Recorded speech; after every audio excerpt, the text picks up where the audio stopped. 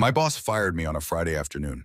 3 days later, he called me begging me to come back.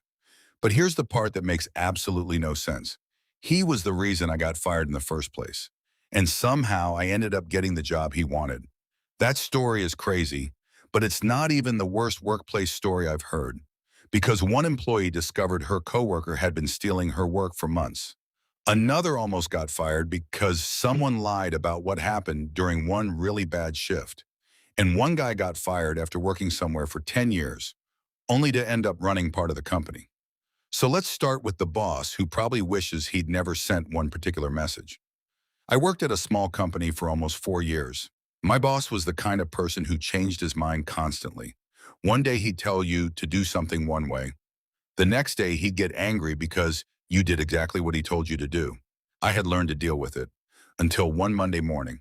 He walked into my office and told me to delete an entire folder from the company computer. I asked him if he was sure. He said, "Yes, delete it. We don't need any of that anymore." So I did.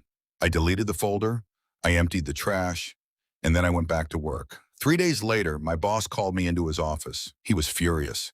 He asked me why I had deleted the company's documents. I told him, "Because you told me to." He said he never told me that. At this point, I thought he was joking. He wasn't.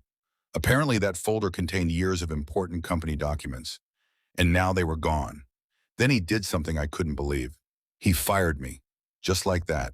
4 years at the company, gone because of a folder he told me to delete. I packed up my stuff and left. But there was one thing my boss had forgotten. Our company used a messaging app for work, and I still had the conversation. I had his exact message telling me to delete the folder. So when the owner of the company called me later that day and asked what happened, I sent him the screenshot. He called me back about 20 minutes later, and all he said was, "Don't worry, we're not the one in trouble." Apparently, my boss had already been caught lying about several other things. The owner told me my boss was fired. Then he asked me to come back. I said no, because honestly, after watching someone try to destroy my job because of their own mistake, I didn't really want to go back.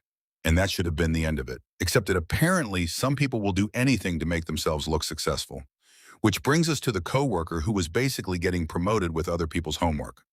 I worked remotely for a marketing company. My job was creating advertisements and social media campaigns. There was another employee on my team who everybody loved. Management constantly praised her. Whenever a campaign performed well, somehow her name was always attached to it. At first, I didn't care, until I saw one of the campaigns she supposedly created. I recognized it immediately, because I had made it.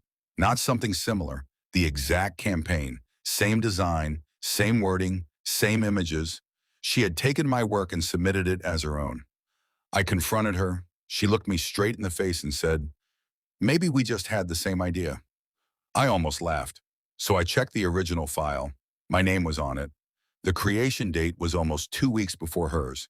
And I had messages showing that I had already sent drafts to our team, so I brought everything to my manager. He looked at the evidence.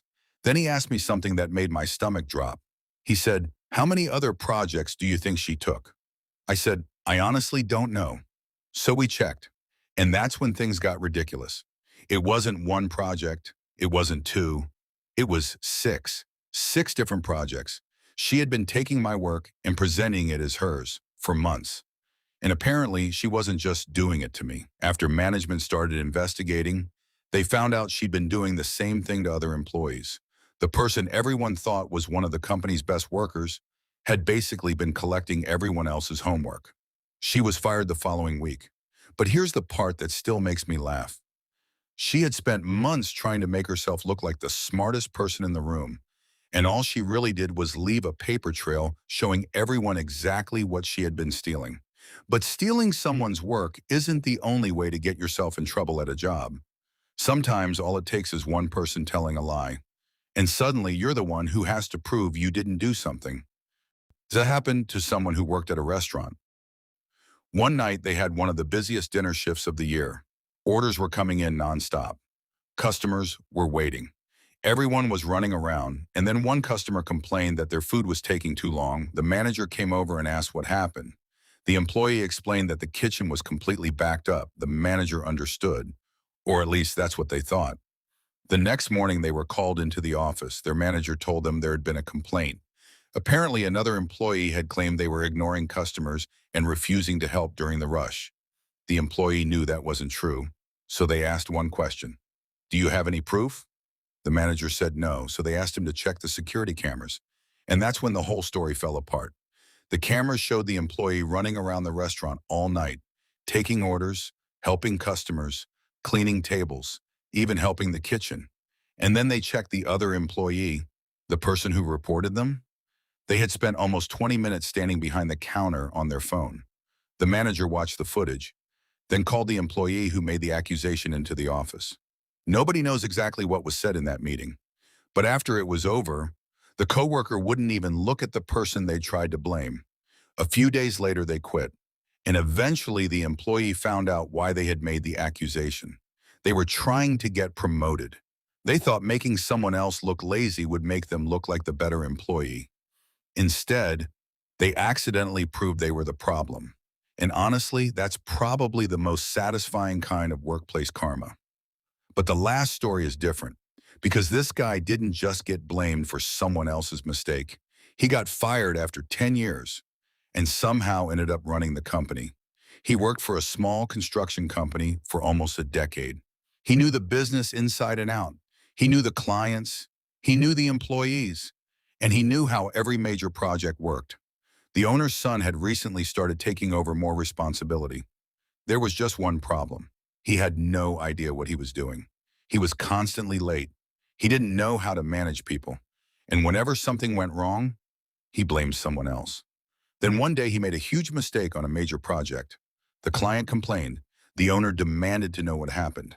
And the owner's son blamed the employee who had worked there for 10 years. The employee tried to explain what actually happened, but the owner believed his son. And then came the worst part. He was fired. 10 years. Gone. He packed up his things and left. He thought he'd never hear from the company again. A month later, he started working somewhere else. He moved on. Then one afternoon, his phone rang. It was one of his former coworkers. The company was falling apart. Projects were being delayed, employees were quitting, and several major clients were threatening to leave. Then his former coworker told him something he wasn't expecting. The owner wanted to meet with him, so they met for coffee. The owner apologized. He admitted he'd made a huge mistake. He had believed his son without checking the facts. Then he offered him his old job back. He said no. The owner asked why, and the employee told him, I already moved on. But then the owner made another offer. He asked him if he would be willing to run a new division of the company. The employee thought about it, then accepted. 2 years later, he was managing more people than his old boss ever had. And the owner's son, he eventually left the company. The same guy who had gotten him fired couldn't handle the fact that the person he'd pushed out was now running part of the business. So after hearing all of these stories, I've come to one conclusion. Workplace drama is basically high school. Except now, everyone has bills.